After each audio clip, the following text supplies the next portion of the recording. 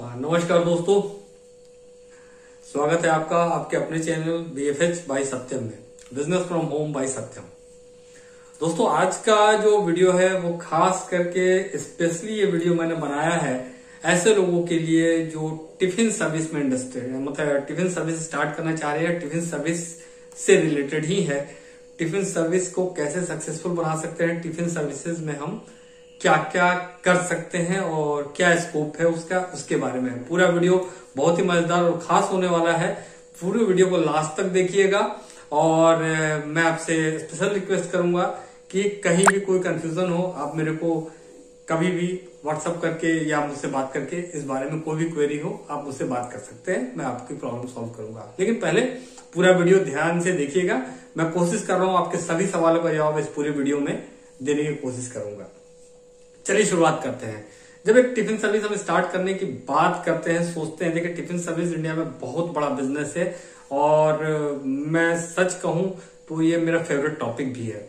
मुझे अच्छा लगता है क्योंकि इस बिजनेस में जो कस्टमर होते हैं रियली उनके साथ एक सेंटिमेंट जुड़ा होता है कि मुझे घर का खाना कैसे मिल जाए। रेस्टोरेंट में, होटल में और इस तरह के तो कहीं भी जाकर वो खा लेते हैं, लेकिन वो जब आदमी थका हारा घर लौट के आता है और उसको टिफिन मिल जाए तो ये एक काफी मतलब इंटरेस्टिंग। मैं इस पे एक स्टार्टअप पे काम करने वाला था, मैं करने जा रहा था लेकिन मैं नहीं कर पाया था। उस बारे में मैं लास्ट में वीडियो को बताऊंगा कि कैसे आप अपने शहर में इस तरह का एक स्टार्टअप स्टार्ट कर सकते हैं। काफी बढ़िया मॉडल था, बिजनेस मॉडल, उस पर बाद में बात करेंगे।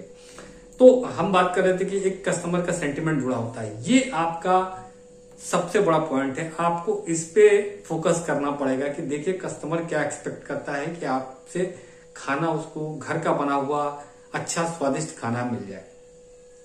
अब ज्यादातर लोगों से आप अगर फीडबैक लीजिएगा, अगर पता कीजिएगा तो लोग अपने टिफिन सर्विस से सेटिस्फाइड नहीं होते हैं। कारण क्या होता है? दाल बहुत पतली होती है, पानी की तरह। मैंने इस पे काफी काम किया था। सब्जी रेगुलर बेसिस पे, अगर आज के डेट में मैं बात करूं कि इसमें गोभी का सीजन चल रहा है, गोभी सस्ती है तो रेगुलर बेसिस पे आलू गोभी की सब्जी भेज रहे हैं, ठीक है। सब्जी की क्वालिटी वैसी ही होती है। चावल बहुत मतलब मैं क्या कहूं, घटिया क्वालिटी के चावल यूज करते हैं, आटा भी वैसा ही होता है। मेन चीज आपका यही है, आपको फोकस यही करना पड़ेगा कि मैं कस्टमर को बेस्ट कैसे खाना दूं। देखिए कस्टमर को अच्छी चीज मिलेगी, कस्टमर अच्छा पैसा देगा। आपको कोई चीज अच्छी मिलती है, आप उसके लिए पे करने को तैयार होते हो। अगर कोई चीज 20 रुपए की है वो बिलो एवरेज है, लेकिन कोई चीज अगर 40 रुपए की है और वो बेस्ट है तो आप बेस्ट वाला लेना पसंद करते हो। आप घर में जो यूज करते हो चावल के साथ हो या कोई भी चीज, आप अपने लिए जब बेस्ट लेते हो तो कस्टमर के लिए भी बेस्ट देने की कोशिश कीजिए। कस्टमर आपके साथ जुड़ेगा। और कोई भी देखिए, अभी जो लोग भी टिफिन बिजनेस स्टार्ट करना चाहते हैं तो वो कंपैरिजन करते हैं, मार्केट के साथ कंपेयर करते हैं कि ये रेट चल रहा है, वो रेट चल रहा है। भूल जाइए, आप उनका खाना मंगा के खुद टेस्ट करके देख लीजिए कि आप 1 से 2 दिन के बाद उनका खाना नहीं खा पाओगे। तो मैं कह रहा हूं कस्टमर की मजबूरी का फायदा मत उठाइए। जो आपका क्लाइंट है, जो कस्टमर है, उसको आपको खुश रखना है। उसको जितना ज्यादा आप उसको अच्छा डिलीवर करोगे वो ही सबसे बड़ा आपका मार्केटिंग करेगा। वो माउथ मार्केटिंग से बड़ी चीज कोई नहीं है। और जब हम इस चीज में शुरुआत करने चलते हैं तो कुछ एक बेसिक चीजें मैं पूरा कवर करने जा रहा हूं। पहले कैसे शुरुआत करनी है, शुरुआत में मेरे को क्या क्या रिक्वायरमेंट होगी, किस एरिया को कवर करना चाहिए, किस तरह के सेगमेंट को कवर करना चाहिए और इसका कैसे हम इसको बड़ा कर सकते हैं, लेवल इसको कैसे हम स्केल अप कर सकते हैं, सारी बातें मैं आपको बताने जा रहा हूं। पहली चीज कि इसको स्टार्ट करने के लिए बेसिकली आपको किसी भी तरह के कोई लाइसेंस की जरूरत नहीं पड़ती है। आपको इसके लिए कोई लाइसेंस नहीं चाहिए, आप घर से इसको स्टार्ट कर सकते हो, मिनिमम इन्वेस्टमेंट में स्टार्ट कर सकते हो। लेकिन अगर आप फूड लाइसेंस ले लेते हो तो ये आपके लिए एक एडिशनल अच्छा आपके मार्केटिंग का हथियार हो जाएगा। लोगों को आप ये बता सकते हो कि मेरे पास FSSAI लाइसेंस है, मेरे पास फूड लाइसेंस है, तो लोगों का एक ट्रस्ट बनेगा। आपको आप इसको एक हथियार की तरह यूज कर सकते हो। ये हो गई बात। दूसरी चीज, किस तरह का मार्केट में कवर करने जा रहा हूं, पहले मुझे समझना पड़ेगा कि मेरे पास किस तरह के हैं। वर्किंग लोग हैं, नॉन वर्किंग लोग हैं, ठीक है। उनका एवरेज बजट क्या होता है, उस पर काम करना पड़ेगा। अब एक बात आप समझिए कि अगर मैं बता रहा हूं, मैंने ये चीज आजमा के देखी थी। अगर लोग 4 रोटी भेज रहे हैं, आप 6 रोटी भेजिए।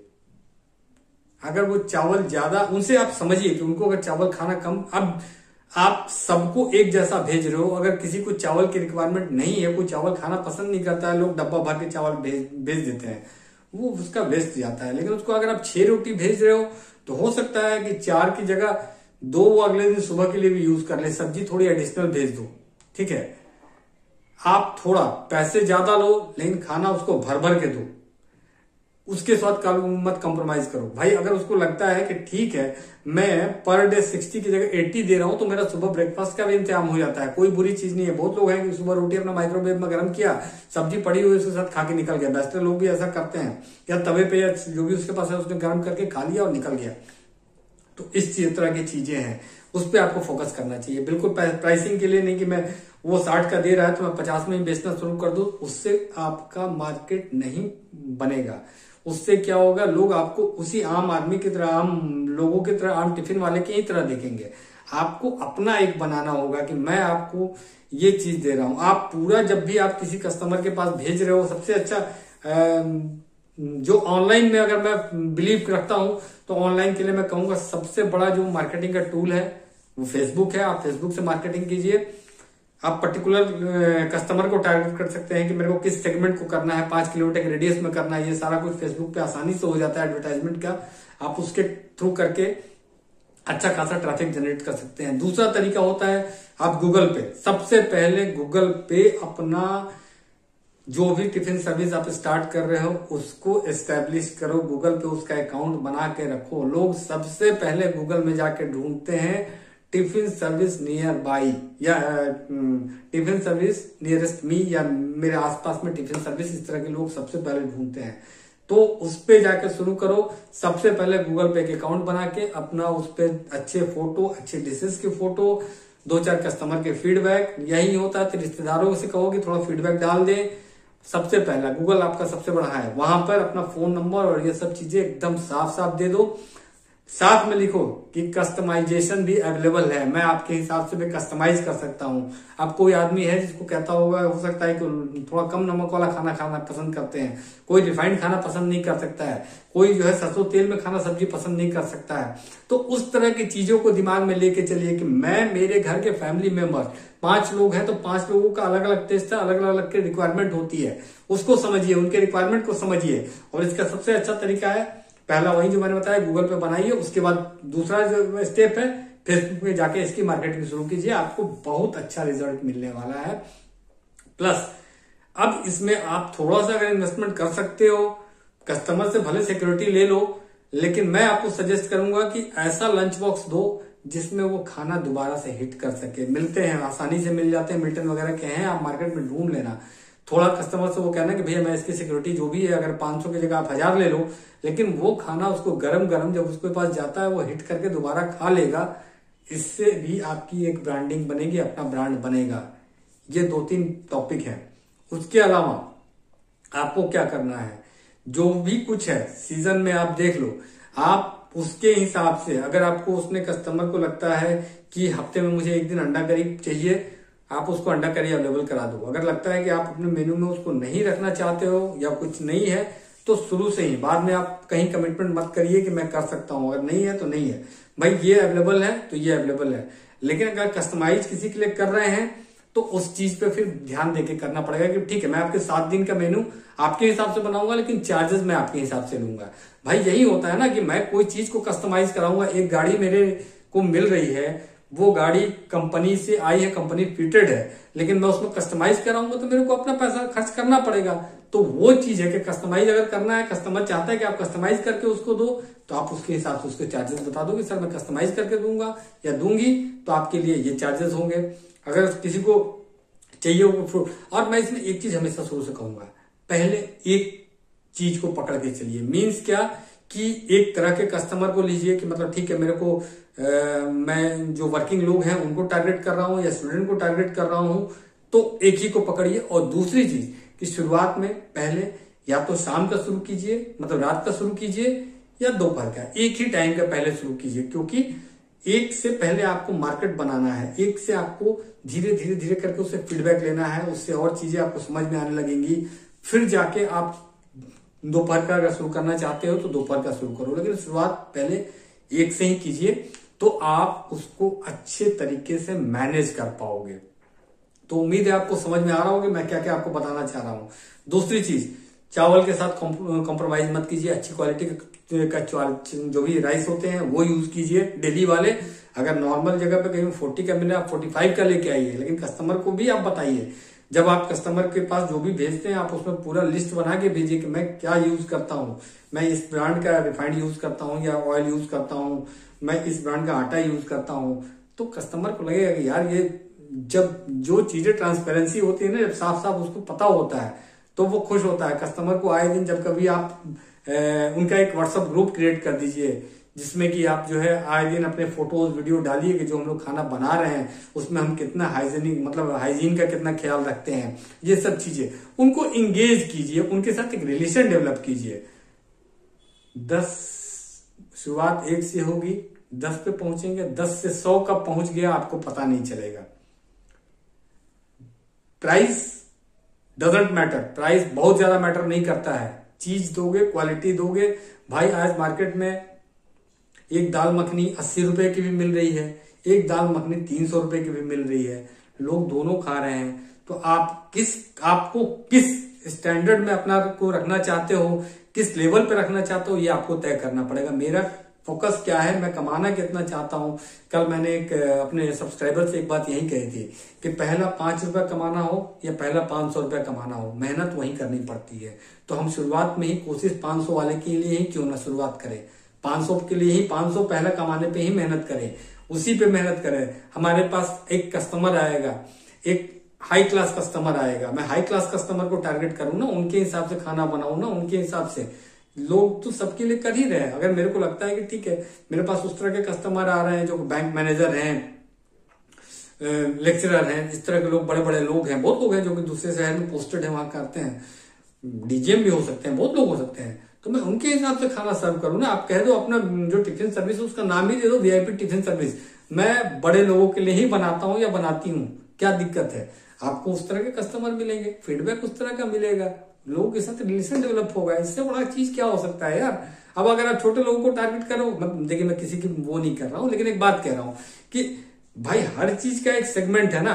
ब्रिटानिया के इतने सारे ब्रांड हैं, मैं खुद उस इंडस्ट्री में काम कर चुका हूं। मैं आपको बताऊं कि उनके जो प्रोडक्ट हैं, बहुत सारे ऐसे प्रोडक्ट हैं जिनके पीछे लाखों रुपए खर्च किए जाते हैं, लेकिन वो प्रोडक्ट के लिए, वो प्रोडक्ट मार्केट में उस तरह से नहीं पहुंच पाते हैं लोगों तक। लेकिन लोग तब भी प्रयास कर रहे हैं कि वो प्रोडक्ट मेरे मार्केट में बने रहें, टिके रहें, ठीक है।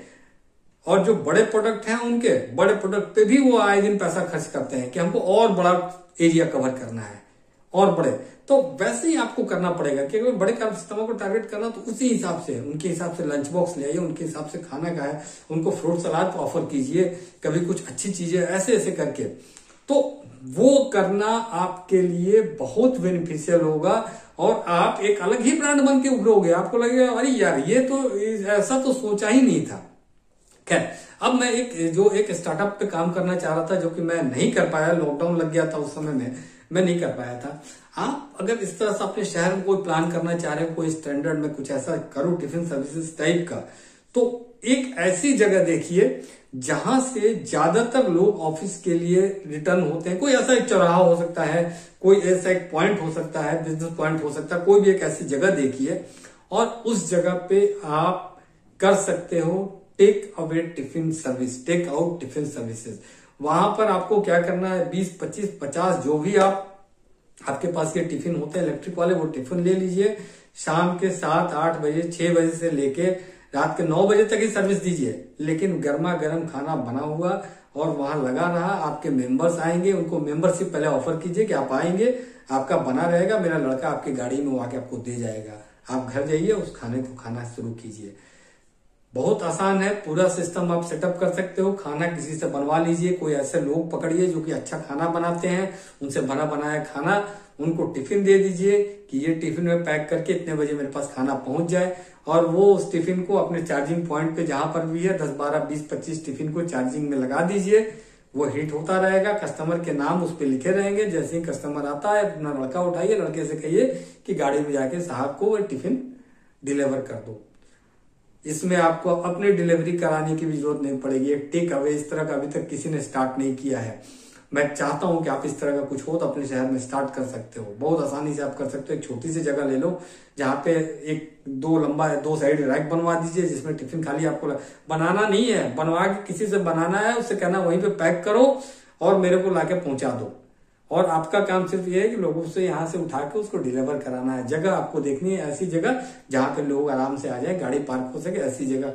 आपको छोटी सी जगह ले लो, ग्राउंड फ्लोर पे कहीं भी मिल जाएगी। इस तरह की जगह देख के आप शुरुआत कर सकते हो और रियली कि एक बहुत बढ़िया स्टार्टअप होगा और आपको देखते देखते पता नहीं चलेगा कि मैं कितने। इसमें थोड़ा सा इन्वेस्टमेंट है। थोड़ा सा इन्वेस्टमेंट ये है कि अगर आप 20-25 लंच बॉक्स भी ले रहे हैं तो पहला एक लंच बॉक्स पे जो 1000 रुपए जो भी कॉस्ट आएगी आप देखना पड़ेगा, लेकिन आपको 2 रखने पड़ेंगे क्योंकि ये कस्टमर लेके जाएगा, नेक्स्ट डे वो फिर जब आएगा तो आपको दूसरा लॉट आएगा। ठीक है, तो इस तरह का प्लान करके आप देख सकते हैं। अगर इस बारे में कुछ और मेरे से डिटेल लेनी हो तो आप मेरे से बात कर सकते हो और मैं आपको निश्चित रूप से हेल्प करूंगा। तो उम्मीद करता हूं आज की वीडियो में मैंने आपको कुछ अच्छी जानकारी दी है और मैं आपसे रिक्वेस्ट करूंगा कि अगर अभी तक आपने मेरा चैनल सब्सक्राइब नहीं किया है तो प्लीज मेरा चैनल सब्सक्राइब कर दीजिए। काफी प्यार मिल रहा है लोगों का, लोग मुझे फोन करते हैं, मुझसे बात करते हैं, मुझे अच्छा लगता है और मैं चाहता हूं कि आप इसी तरह से आगे बढ़ो। तो मिलते हैं दोस्तों, जल्द ही आपके साथ मैं मिलता हूं एक नए वीडियो में, नए टॉपिक पे। अगर आप किसी टॉपिक पे मुझसे चाहते हैं कि मैं आपको वीडियो बनाऊं, उसके बारे में और इन्फॉर्मेशन दूं, तो आप मुझे व्हाट्सएप करके बता सकते हैं या कमेंट में लिख सकते हैं। आज का वीडियो कैसा लगा कमेंट में लिखना ना भूलें। थैंक यू दोस्तों।